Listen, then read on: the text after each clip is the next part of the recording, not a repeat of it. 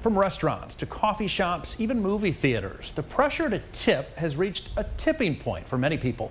One study from Bankrate revealed that 66% of Americans have a negative view on tipping, which has created some negative side effects for workers who rely on those tips to help pay their bills.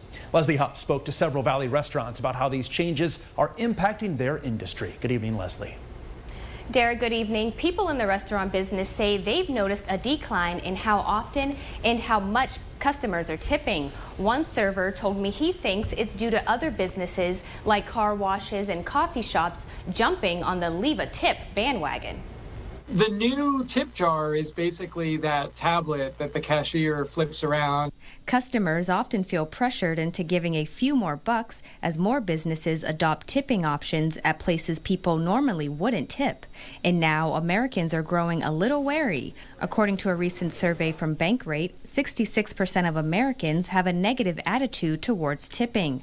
Senior industry analyst Ted Rossman believes businesses are using this practice as a way to increase employee wages amid inflation.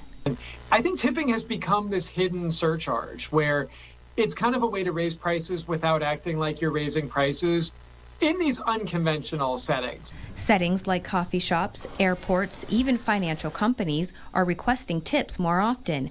This kind of tipflation has people rethinking how much they give. According to Bankrate, there's been a 10% decline in tipping for traditionally tipped workers like servers and bartenders. I've spoken to about half a dozen restaurants in the Valley, and some say tipping has been inconsistent over the past 2 years, and they're making less money.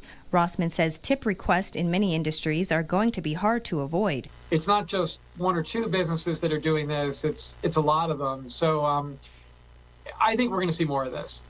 With more local news, I'm Leslie Huff.